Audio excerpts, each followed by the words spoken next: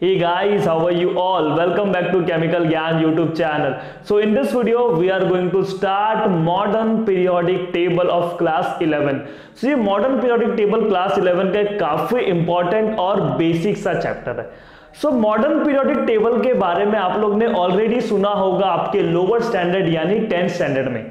10th standard में आपने modern periodic table के बारे में पढ़ा होगा, आपको उसके बारे में नॉलेज होगा, उसके स्ट्रक्चर के बारे में आइडिया होगा, हर एक चीज आपको पता होगा. और नहीं पता होगा तो डेफिनेटली आप इधर सीख के जाओगे.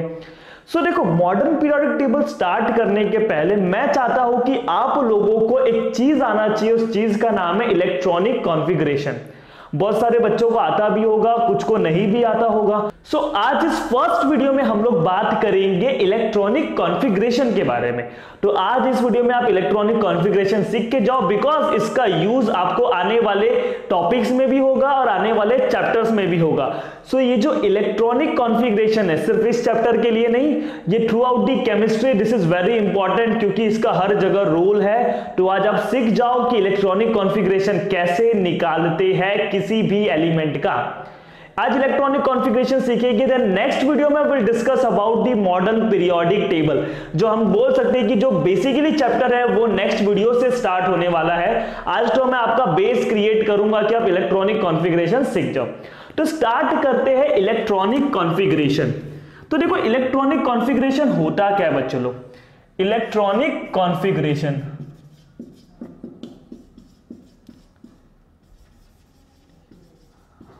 इलेक्ट्रॉनिक कॉन्फ़िगरेशन को हम लोग सिंपल भाषा में बोले, so this is the arrangement of electron in atom.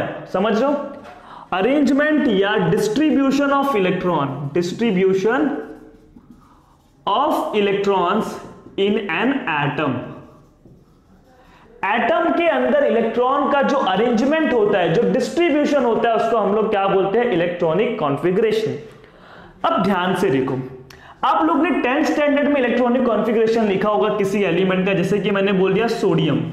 Sodium का एटॉमिक नंबर आपको पता है 11. पता भी होना चाहिए, क्लियर हो रहा है, आपको याद होना चाहिए. ज्यादातर एलिमेंट के एटॉमिक नंबर, एटॉमिक मास, उनका कॉन्फ़िगरेशन, हर एक चीज आपको केमिस्ट्री के लिए ना बच्चा, आपको बेसिक आना जरूरी है.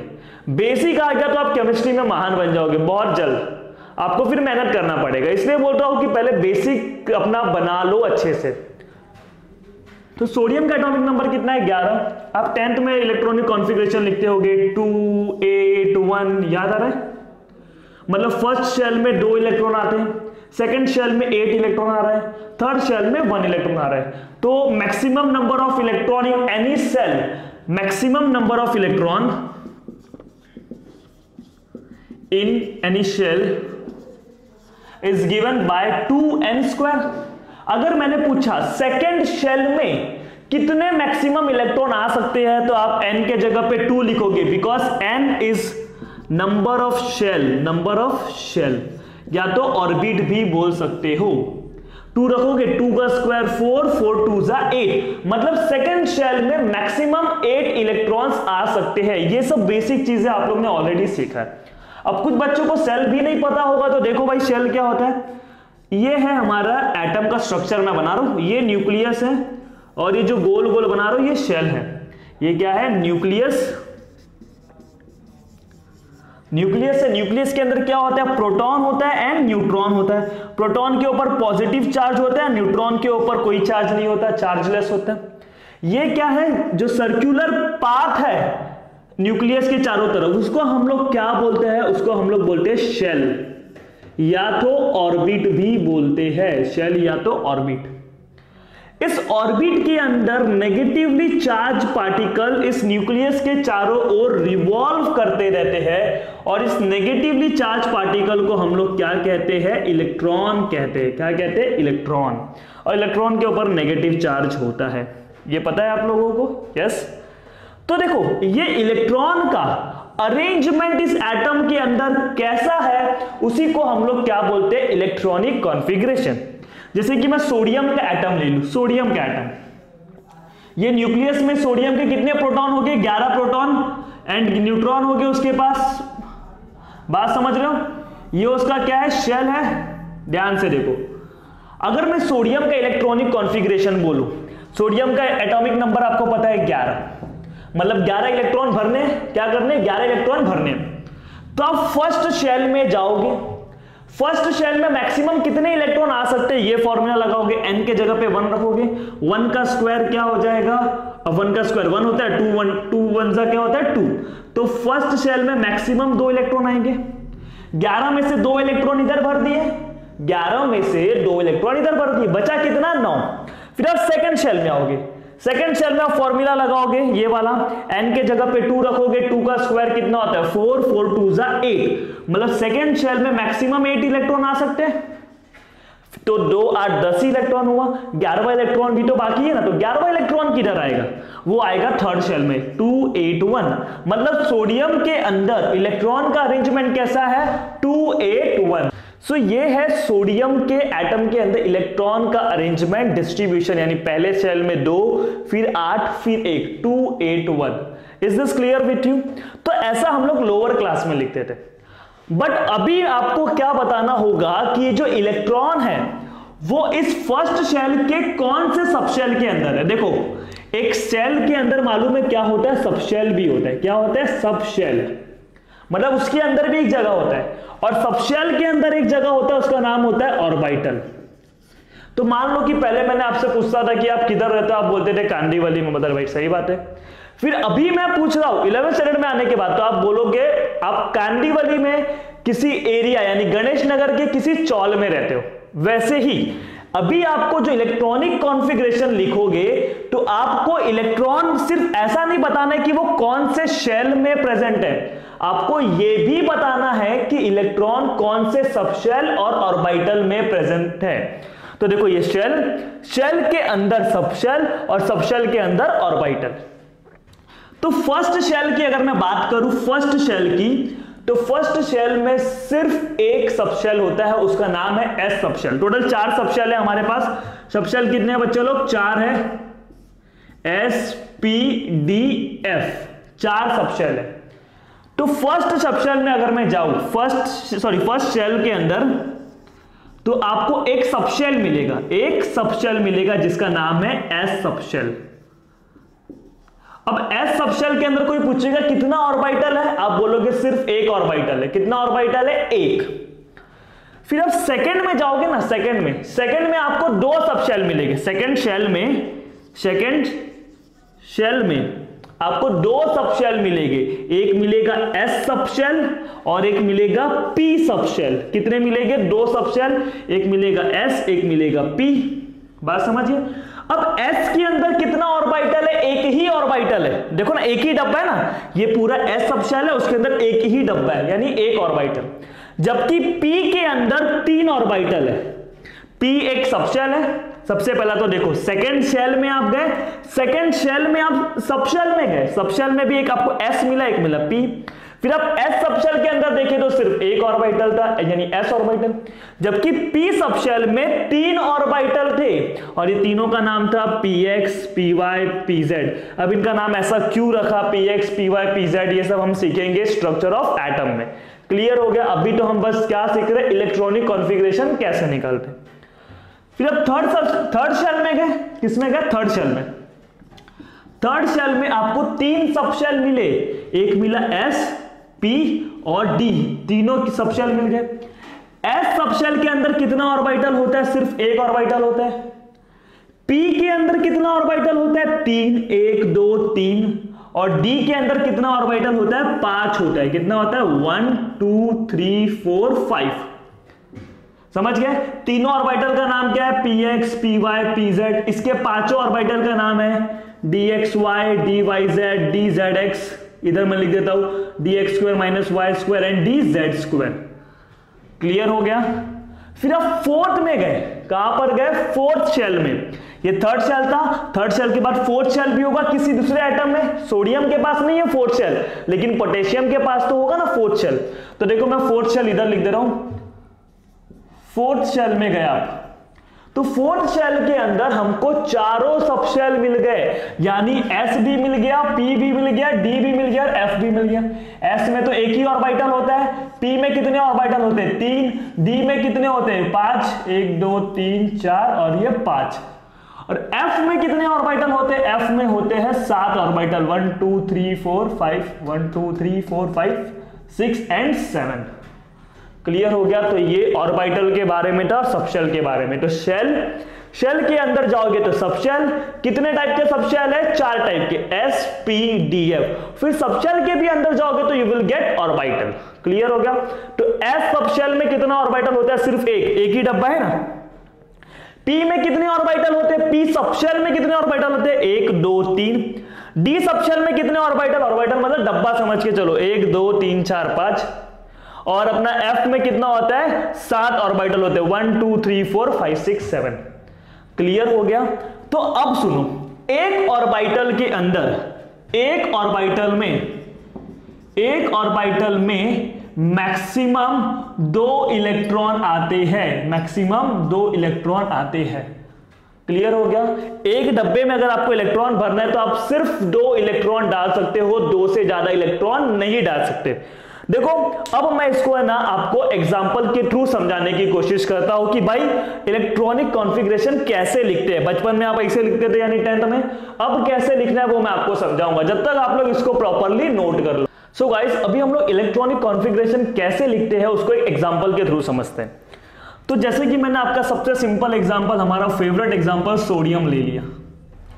10th में आप कैसे लिखते थे? 2 8 1। अब इसको भूल जाना है, क्योंकि आप ये क्या बता रहे हैं, ये फर्स्ट शेल में 2 इलेक्ट्रॉन है, सेकंड शेल में 8 इलेक्ट्रॉन है और थर्ड शेल में 1 इलेक्ट्रॉन है। अभी आपको क्या बताना है? उस शेल के वो कौन से ऑर्बिटल में इलेक्ट्रॉन है। पहले आप बोलते थे मैं सिर्फ कांदिवली में रहता हूं, अब आपको बताना है कि कांदिवली यानी जो शेल है, फिर उसमें गणेश नगर यानी जो कि सबशेल है, और उसमें कोई पर्टिकुलर सोसाइटी जो कि आपका ऑर्बिटल है। बात समझ गए? वैसा चलो समझते हैं इसको हम लोग। तो सोडियम का कॉन्फ़िगरेशन 2 8 1 है। अभी हमको लिखना है अपने तरीके से, तो कैसे लिखोगे? तो देखो सबसे पहला आपके पास कितना इलेक्ट्रॉन है? 11 इलेक्ट्रॉन। देखो वैसे तो एटॉमिक नंबर का मतलब होता है नंबर ऑफ प्रोटॉन, बट अभी इसके ऊपर कोई चार्ज नहीं है, इसके ऊपर कोई चार्ज नहीं है, मतलब जितना एटॉमिक नंबर उतना ही नंबर ऑफ इलेक्ट्रॉन। बात समझ गए? Atomic number is equal to number of proton, this is very correct. But अगर इसके ऊपर कोई चार्ज नहीं है, कोई एलिमेंट जब उसके न्यूट्रल स्टेट में होता है, कोई एटम जब उसके न्यूट्रल स्टेट में होता है, तो आप ये भी कह सकते हो कि atomic number is equal to number of electron. क्या इसके ऊपर कोई चार्ज है भैया? नहीं है ना कोई चार्ज, समझ गए? चलो ठीक है। तो इधर मैं सोडियम का एक स्ट्रक्चर बना लेता हूं एटम का। अब फर्स्ट शेल में गए, फर्स्ट शेल में जाओगे तो आपको एक सबशेल मिलेगा। मैंने सिर्फ बताया था फर्स्ट शेल में सिर्फ एक ही सबशेल होता है, उसका नाम क्या होता है? S। और S सबशेल के अंदर एक ही ऑर्बिटल होता है, एक ही डब्बा होता है, याद करो एक डब्बा होता है। तो एक डब्बे में आप कितना इलेक्ट्रॉन भर सकते हो? 2 इलेक्ट्रॉन भर सकते हो। तो आप फर्स्ट शेल में S सबशेल के S ऑर्बिटल में गए और आपने 2 इलेक्ट्रॉन भर दिया। क्लियर हो गया? तो 11 में से 2 आपने भर दिया। अब कितना बचा? 9। फिर इसमें आपने 2 भर दिया इलेक्ट्रॉन। फिर आप कौन से शेल में आए? सेकंड शेल में। तो सेकंड शेल में 2 सबशेल थे, एक था S और एक था P। और P के अंदर कितने इलेक्ट्रॉन ऑर्बिटल थे? 3 ऑर्बिटल, Px Py Pz। तो जब आप इसमें आए, सेकंड शेल में आए, तो आपने सबसे पहले S में 2 इलेक्ट्रॉन भर दिया। तो सेकंड शेल में, ये इसका मतलब क्या है? सेकंड शेल में S सबशेल में 2 इलेक्ट्रॉन भर दिया। फिर आपके पास P भी तो खाली है ना, तो इसमें भी 2 इलेक्ट्रॉन आ सकते हैं। बात समझ रहे हो? इसमें भी 2 इलेक्ट्रॉन आ सकते हैं, सब में तो 2 4 6। कितने इलेक्ट्रॉन आ गए? 6 इलेक्ट्रॉन। यानी सेकेंड शेल के P सबशेल में कितना इलेक्ट्रॉन भरा? 6। तो आप देखो सेकेंड शेल में ओवरऑल कितना इलेक्ट्रॉन आ गया? 2 4 6 8। क्या उससे ज्यादा भर सकते हो? नहीं, उससे ज्यादा वो इलेक्ट्रॉन उसमें आ ही नहीं सकते सेकेंड शेल में। क्लियर हो गया? फिर आप थर्ड शेल में आए, तो थर्ड शेल में आपके पास S भी था, P भी था और D भी था। क्लियर हो गया? 1 2 3 4 5। लेकिन आपने तो 10 इलेक्ट्रॉन भर दिया ना, 2 4 6 8 10, सिर्फ कितना बचा? 1। तो सबसे पहले आप किस में जाओगे? S में जाओगे, P में नहीं जाओगे, D में नहीं जाओगे, पहले किस में जाओगे? S में। तो थर्ड शेल के S सबशेल में कितना इलेक्ट्रॉन भरा? 1 इलेक्ट्रॉन भरा। तो इस तरीके से आपको कॉन्फ़िगरेशन पता चला। क्लियर हो गया कि आपने इलेक्ट्रॉन कहां, पहले आप लिखते थे फर्स्ट शेल में 2 इलेक्ट्रॉन, देखो फर्स्ट शेल में 2 इलेक्ट्रॉन, सेकेंड शेल में 8 इलेक्ट्रॉन, लेकिन उसमें भी 2 इलेक्ट्रॉन S सबशेल में और 3 इलेक्ट्रॉन P सबशेल में। फिर थर्ड शेल में एक इलेक्ट्रॉन है, लेकिन किसमें है? s सब शेल में। p सब शेल और d सब शेल खाली है। क्लियर हो गया? अब आप बोलोगे सर इसमें p में क्यों नहीं भरा, मुझे अच्छा नहीं लग रहा, d में भर के बताओ। ऐसा क्यों भाई? तो इधर हमारे लिए एक रूल बनाया गया था, उस रूल के अकॉर्डिंग जो इलेक्ट्रॉन है वो सबसे पहला लोअर एनर्जेटिक ऑर्बिटल में भरे जाएंगे। इलेक्ट्रॉन सबसे पहला कहां भरे जाएंगे? लोअर एनर्जेटिक ऑर्बिटल, देन उसके बाद हाइयर एनर्जेटिक ऑर्बिटल। तो s ऑर्बिटल का एनर्जी सबसे कम होता है, फिर p, फिर d, फिर f। तो सबसे पहला इलेक्ट्रॉन, देखो एनर्जेटिक ऑर्बिटल का ऑर्डर ये है। तो अभी आप क्या करोगे? इसका एनर्जी सबसे ज्यादा है तो इसमें इलेक्ट्रॉन कभी भी पहले नहीं भरोगे, सबसे पहले इलेक्ट्रॉन इसमें भरोगे, क्योंकि जिसका एनर्जी कम है उसमें इलेक्ट्रॉन पहले भरोगे। समझ लो, जिसका एनर्जी कम है उसमें इलेक्ट्रॉन पहले भरोगे, जिसका एनर्जी कम है उसमें आप पहले इलेक्ट्रॉन भरोगे। ये अब्बाउ रूल था। क्या रूल था? अब्बाउ प्रिंसिपल।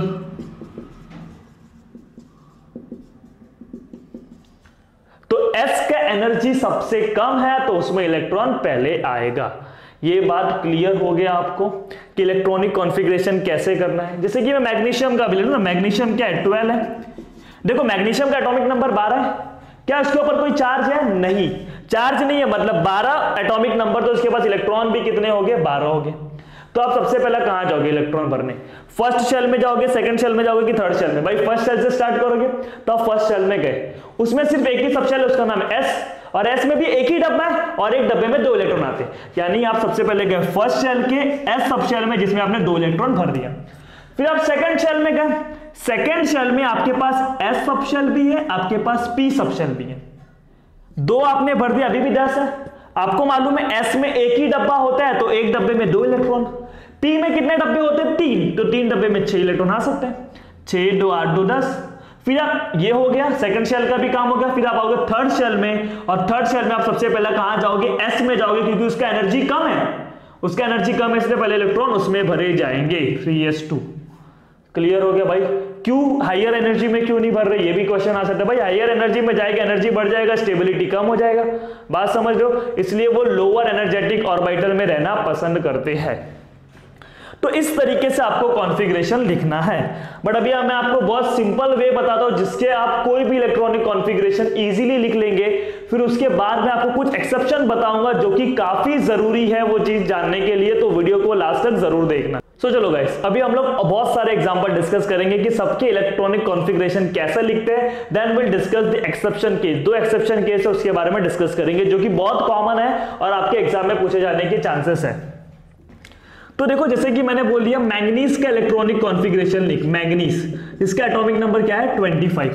क्या मैंगनीज के ऊपर कोई चार्ज है? नहीं। तो जितना एटॉमिक नंबर होगा उतना नंबर ऑफ इलेक्ट्रॉन होगा। आप ये बनाना सीख जाओ। देखो फर्स्ट शेल में सिर्फ एक s सब शेल होता है, फिर सेकंड शेल में s भी होता है, p भी होता है। थर्ड शेल में आओगे तो थर्ड में 3s भी होता है, 3p भी होता है, 3d भी होता है। फोर्थ शेल में s सब शेल भी होता है, p सब शेल भी होता है, d सब शेल भी होता है और f सब शेल भी होता है। यानी फोर्थ शेल का s sub shell, fourth shell का p sub shell, fourth shell का d एंड फोर्थ शेल का f। फिर आप 5s, 5p, 5d, 5f, 6s, 6p, 6d, 6f, 7s, 7p, 7d and 7f। इस तरीके से बना लेना। अब मैंने बोला है मैंगनीज का एटॉमिक नंबर 25, इसका इलेक्ट्रॉनिक कॉन्फ़िगरेशन लिख के बताओ।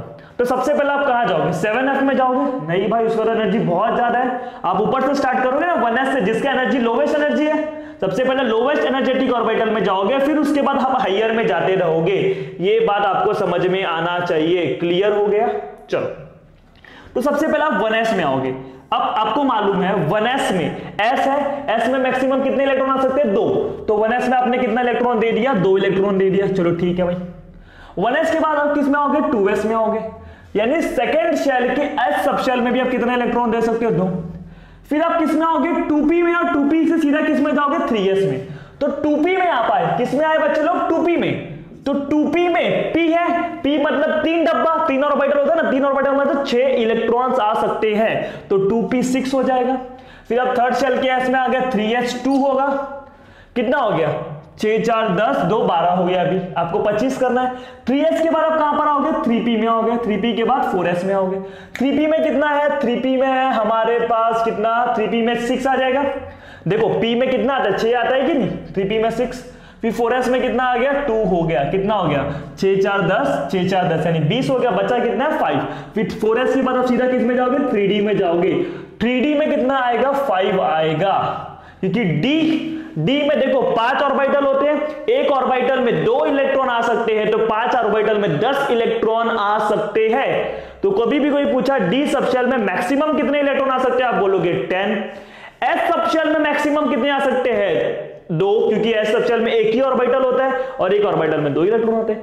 p सबशेल में मैक्सिमम कितने इलेक्ट्रॉन आते हैं? देखो मैं सबशेल अलग चीज है, ऑर्बिटल अलग चीज है। p सबशेल में कितने इलेक्ट्रॉन आ सकते हैं? 6, क्योंकि एक ऑर्बिटल में 2, क्योंकि 3 ऑर्बिटल होते हैं p सबशेल के पास, इसलिए 6 इलेक्ट्रॉन। क्लियर हो गया ये बात? और f में कितने हो जाएंगे? 14 इलेक्ट्रॉन। तो इस तरीके से देखो आपने कॉन्फ़िगरेशन लिख दिया। बट इधर आप क्या कर देना, 3D को पहले जब लिखते टाइम आपने ये भी चलेगा, आप क्या करो सारे 3 वाले को साथ में कर दो, फिर 4 वाले को अलग कर दो। बात समझ गए? यानी configuration will be 1s2 2s2 2p6 3s2 3p6 3d5 4s2, और ऐसा भी चलेगा।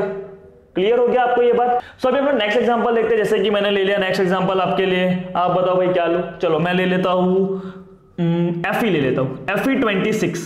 चलो Fe26 तो आप खुद ही करो भाई। 25 तक पहुंच गए हो, 26वां इलेक्ट्रॉन किधर जाएगा मुझे आप खुद बताओ। 26वां इलेक्ट्रॉन भी इधर ही आएगा ना, 26th इलेक्ट्रॉन, क्योंकि D में तो 10 इलेक्ट्रॉन रखने की क्षमता है। कितनी है क्षमता? 10 इलेक्ट्रॉन की। तो इसका भी कॉन्फ़िगरेशन सेम होगा। लास्ट में आप लिख दोगे 3d6। क्या लिख दोगे? 3d6। क्लियर हो गया? चलो अभी हम लोग लिखते हैं ज़ेनॉन का, ज़ेनॉन 54। इसका कॉन्फ़िगरेशन लिख के बताना है। तो देखो 54 इलेक्ट्रॉन्स है, क्योंकि ज़ेनॉन के ऊपर कोई चार्ज नहीं है, मतलब 54 उसका एटॉमिक नंबर, तो 54 इलेक्ट्रॉन भी हो गए।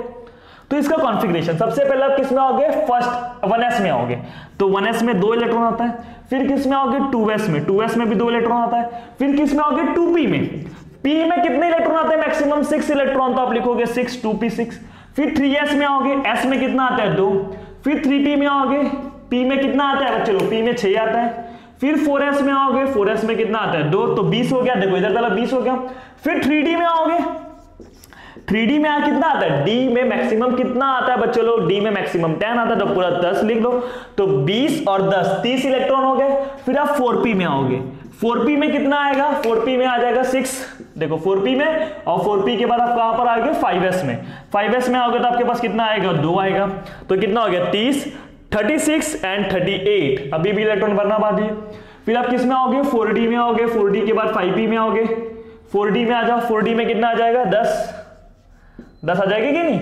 ऐसा कंटिन्यू चलता रहना है जब तक आपका 54 हो ना जाए, आपको भरते रहना है, बढ़ते रहना है। तो इधर तक कितना हुआ? 20 30 और ये 6 कितना हो गया? 36 और ये 2 कितना हो गया? चलो 38 और ये 48 एंड 5p6। 5 में कितना आ जाएगा? p6। तो 54 हो गया कि नहीं? इस तरीके से इलेक्ट्रॉनिक कॉन्फ़िगरेशन है। अब क्या करो, जो सेम प्रिंसिपल नंबर वाले हैं उनको अलग कर दो। जैसे कि 1s को पहले लिख दो, फिर 2s वाले 2p6 लिख दिया, फिर 3s2 3p6। देखो पहले इलेक्ट्रॉन किस में जाएगा? 4s में जाएगा, फिर 3d में जाएगा। व्हाई? बिकॉज 4s का एनर्जी कम है एज कंपेयर टू 3d। ये हमको क्वांटम केमिस्ट्री से पता चलता है, जो कि हम स्ट्रक्चर ऑफ एटम में सीखने वाले बच्चे लोग। क्लियर हो गया? अभी के लिए बस इतना याद रखो कि 4s का एनर्जी कम है 3d से, इसलिए पहले इलेक्ट्रॉन 4s में जा रहा है, ना कि 3d में। ये बात क्लियर हो गया आपको? तो 1s2 2s2 2p6 3s2 3p6। फिर अब 4s2 के जगह पहले क्या लिख दो? 3d10, मतलब सारे 3 वाले साथ में लिख दिया। फिर 4s2, फिर 4p6 लिख दिया, फिर 4d10 लिख दिया, फिर लास्ट में लिख दिया 5s2 5p6। क्या 54 इलेक्ट्रॉन्स हुए कि नहीं? ये 10 कितना हो गया? 10 और इधर कितना हो गया? एक second, 1s2 2s2 2p6 3s2 3p6, फिर 4s। ओके 10 हो गया, 10 10 20 हो गया, 20 6 26 हो गया, 26 2 28 हो गया, 28 2 30 हो गया, 30 और 10 कितना हो गया? 40 46 में आप 2 जोड़ोगे तो कितना हो जाएगा? 48 और 48 में 6 जोड़ोगे तो 54 इलेक्ट्रॉन्स इधर आ गए। मतलब इसका कॉन्फ़िगरेशन क्या है? 1s2 2s2 2p6। ऐसा करते जाओगे तो 5s2 एंड 5p6।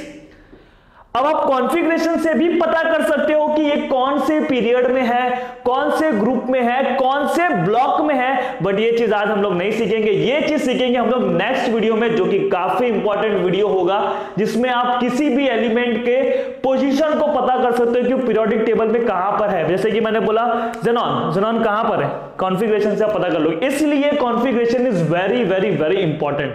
क्लियर हो गया ये बात? सो गाइस अभी हम लोग एक और एग्जांपल देखते हैं, दैट इज लीड का कितना होता है 82 है। आप लोग पहले वीडियो पॉज करो, देन खुद सॉल्व करो कि कर पा रहे हो कि नहीं। चलो ये बना लेने का, सबसे पहले ये बना लेने का। देखो जितना प्रैक्टिस आप करोगे बच्चा लोग, उतना आपका कंसेप्ट क्लियर होगा, फिर बाद में आपको ये बनाने की भी जरूरत नहीं पड़ेगी। बात समझ रहे हो? आप खुद से सब करते रहोगे।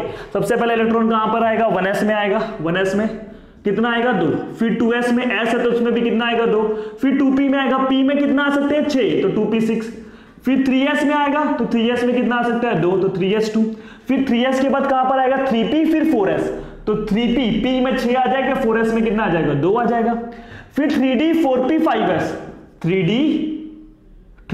4p 5s, 3d में कितना आएगा 10 आएगा, 4p p है ना तो p में 6 आएगा और 5s, s में कितना आएगा 2 आएगा, कितना हो गया 5s हो गया। फिर 4d में जाओगे, 4d में कितना आ जाएगा 10, 4d के बाद किस में आओगे 5p में आओगे तो 5p में कितना हो जाएगा 2, फिर 5p के बाद कहां पर, सॉरी 5p में 2 नहीं, एक्सट्रीमली सॉरी, 5p में कितना होगा 6, फिर 5p के बाद कहां पर जाओगे 6s2 में जाओगे, 6s2 हो जाएगा। इधर तक अभी हमने देखा ना जस्ट कितना होता 54 हुआ था, 54 और 2 कितना हो गया 56 हो गया, 56 हो गया। अब 56 के बाद आप 4f में जाओगे तो 4f में कितना आ जाता है 14 आ जाता है।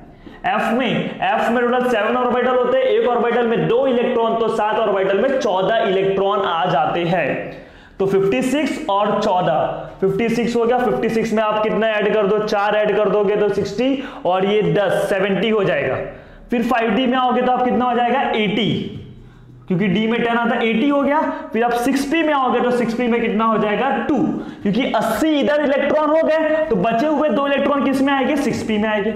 अब इसको अरेंज करो, पहले 1s, पहले 1 और 1 वाले रखो, फिर सारे 2 वाले रखो 2s2 2p6, फिर सारे 3 वाले रखो 3s2 3p6 3d10, फिर 4 वाले रखो 4s2 4p6 4d10 4f14, समझ गए। फिर 5s2 5p6 5d10 और लास्ट में 6s2 6p2, यानी 6s2 6p2। ये कॉन्फ़िगरेशन है लीड का। आप बोलोगे सर पहले 6 में कैसे गया, 4f तो भरा ही नहीं भाई, क्योंकि 6s और 6p के कंपैरिजन में 5f का एनर्जी बहुत ज्यादा है। ये कहां से आया, क्वांटम केमिस्ट्री से आया। क्लियर हो गया? तो this is the correct configuration of lead. Is it there any doubt कि कैसे आप कॉन्फ़िगरेशन किसी भी एलिमेंट का कैलकुलेट कर सकते हो? तो इसको आप प्रॉपर्ली नोट करो। अभी हम लोग 2 एक्सेप्शन केस देखने वाले हैं जो कि काफी इंपॉर्टेंट है। सो गाइस अभी कुछ एक्सेप्शन वाले केस डिस्कस कर लेते हैं। जैसे कि पहला केस है क्रोमियम 24 का। ये जो एग्जांपल बहुत बार पूछा जा चुका है, आपके कॉलेज के एग्जाम में भी पूछा जाता है। तो देखो उसके पहले मैं ये बना लेता हूं 1s 2s 2p 3s 3p 3d 4s 4p 4d 4f, इतने में मेरा काम हो जाएगा भाई। समझ रहे हो?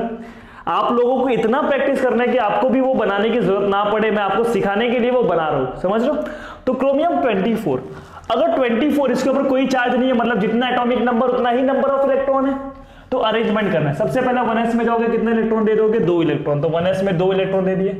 फिर 2s में भी कितने इलेक्ट्रॉन दे दोगे 2 इलेक्ट्रॉन, तो 2s में भी 2 इलेक्ट्रॉन दे दिए। फिर 2p में जाओगे, 2p में कितने इलेक्ट्रॉन दोगे 6, 2p में दोगे 6 और 3s में कितना दोगे 2 इलेक्ट्रॉन।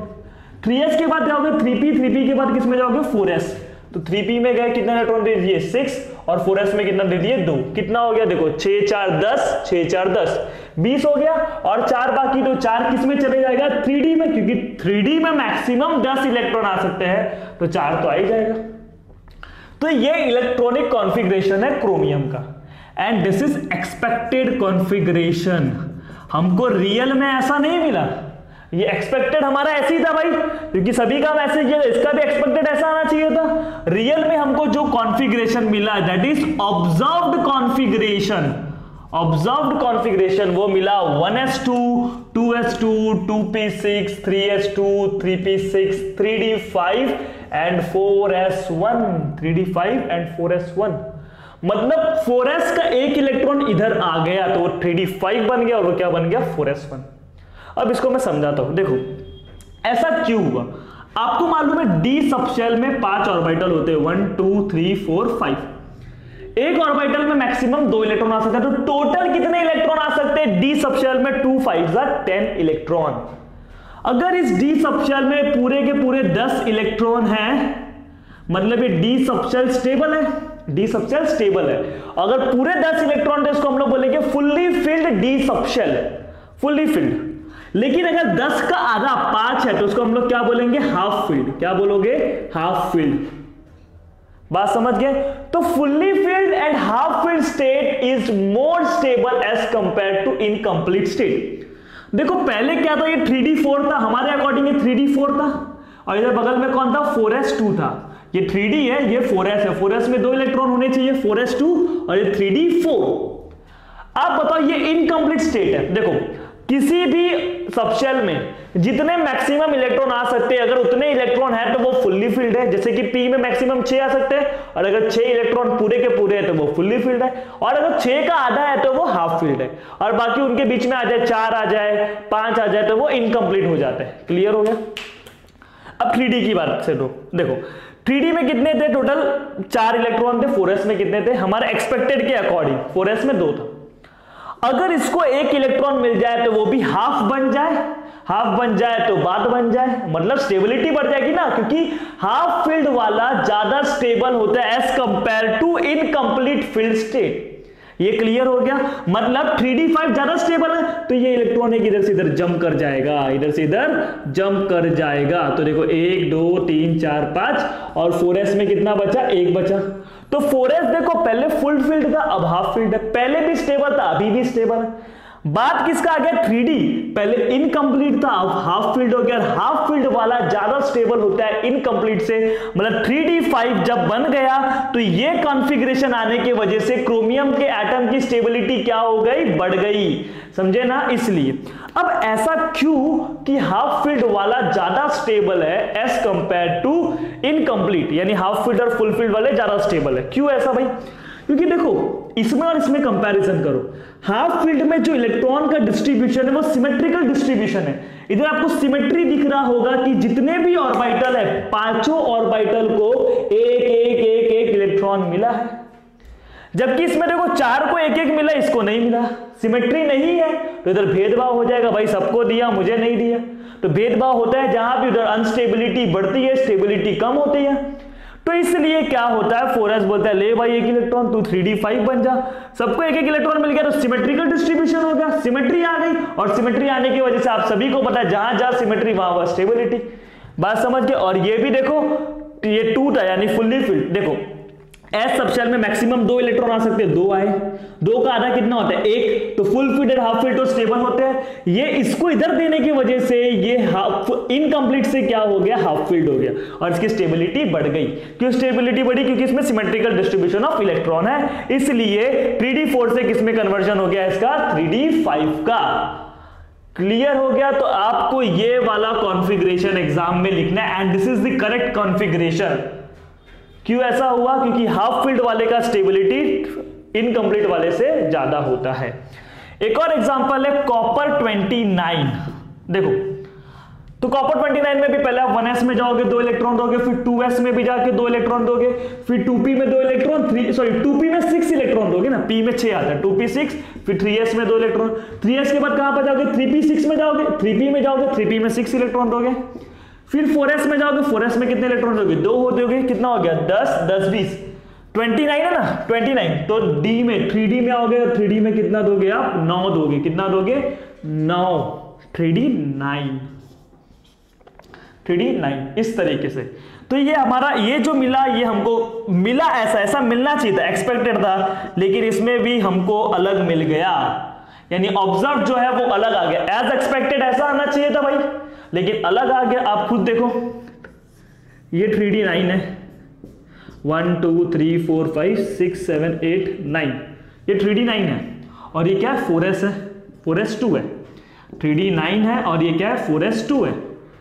बात समझ गए? क्योंकि डी में देखो पास ऑर्बिटल है, सबके पास दो दो इलेक्ट्रॉन है, इसमें सिर्फ एक है, तो ये बोलेगा भाई इधर से एक इलेक्ट्रॉन देता हूं, तू फुल्ली फिल्ड हो जा, तू फुल्ली फील्ड हो जाए। और जब वो फुल्ली फील्ड हो जाएगा तो आपको मालूम है फुल्ली फील्ड वाला स्टेबल होता है। ये तो देखो फुल फील्ड से हाफ फील्ड हो गया चलेगा, लेकिन ये इनकम्प्लीट से क्या हो गया, इनकम्प्लीट से फुल फील्ड हो गया, सिमेट्री आ गई। सिमेट्रिकल डिस्ट्रीब्यूशन ऑफ इलेक्ट्रॉन मतलब स्टेबिलिटी क्या हो गया, बढ़ गया। बात समझ रहे हो? इसलिए 4s अपना एक इलेक्ट्रॉन 3d को देता है, बोलता है तू 3d 10 हो जा और खुश हो जा, तू खुश तो हम खुश भाई। तो इसलिए इधर क्या हो जाएगा configuration 1s2 2s2 2p6 3s2 3p6 4s1 and 3d10 and 4s1. So this is the correct configuration of copper, not this. ये expected है, ये observed है। क्लियर हो गया? क्यों ऐसा हुआ? क्योंकि half field and full field वाले ज्यादा स्टेबल होते हैं, इनकम्प्लीट। ये इनकम्प्लीट है, ये फुल फील्ड है, ये भी इनकम्प्लीट है, ये हाफ फील्ड है। तो इनकी स्टेबिलिटी अगर ऐसा अरेंजमेंट है फुल फील्ड या हाफ फील्ड, तो वो अरेंजमेंट ज्यादा अच्छा होता है। क्यों अच्छा होता है वो भी मैंने आपको बताया, because of symmetrical distribution of electron. Is it there any doubt? तो इसको प्रॉपरली नोट कर लो। सो गाइस, आज हमारा मॉडर्न पीरियोडिक टेबल का फर्स्ट लेक्चर कंप्लीट होता है। इसमें हम लोग ने क्या सीखा, इलेक्ट्रॉनिक कॉन्फ़िगरेशन कैसे निकालते हैं। क्योंकि ये मैंने इसलिए सीखा है बिकॉज ये आपको थ्रू आउट दी चैप्टर काम आने वाला है। इसलिए आप इलेक्ट्रॉनिक कॉन्फ़िगरेशन पे इतना अच्छा कमांड कर लो कि आपको कोई भी एलिमेंट दिया जाए, आप उसका इलेक्ट्रॉनिक कॉन्फ़िगरेशन इजीली कैलकुलेट कर लो। सबसे पहले तो मैंने आपको बताया कि कैसे अरेंजमेंट करते हैं, कैसे डिस्ट्रीब्यूशन होता है इलेक्ट्रॉन का, फिर आपको ये बता दिया जिससे आप फटाफट इलेक्ट्रॉन भर सकते हो। क्लियर हो गया? तो अभी मैं आपको कुछ होमवर्क दे रहा हूं जो आपको सॉल्व करके इसका आंसर मुझे कमेंट सेक्शन में बताना है। गैलियम 31, स्कैंडियम 21, आप ले सकते हो टीन 50 ले सकते हो, आप ले सकते हो पोटेशियम 19 ले सकते हो, आप जिंक 30 ले सकते हो। क्लियर हो गया? तो ये जितने भी एलिमेंट दिए हैं इनके कॉन्फ़िगरेशन आपको क्या करना है, सॉल्व करके कमेंट सेक्शन में बताना है। तो होप जितना भी पढ़ा है आपको क्लियर हो गया होगा और इस चीज की प्रॉपर प्रैक्टिस करना, बिकॉज इलेक्ट्रॉनिक कॉन्फ़िगरेशन आपको थ्रू आउट दी केमिस्ट्री काम आने वाला है। इन नेक्स्ट लेक्चर हम लोग जो मेन मॉडर्न पीरियोडिक टेबल है वो नेक्स्ट वीडियो में स्टार्ट करेंगे, जिसमें हम लोग मॉडर्न पीरियोडिक टेबल क्या होता है, उसके स्ट्रक्चर, आप कोई भी एलिमेंट को पता कैसे करते हो, हर एक चीज हम लोग सीखेंगे। तो उस वीडियो के लिए बेल आइकन को प्रेस करो, और अगर ये वीडियो अच्छा लगता है तो वीडियो को लाइक करो, शेयर करो, चैनल को सब्सक्राइब करो। Till then, bye, take care and thank you so much for watching this video.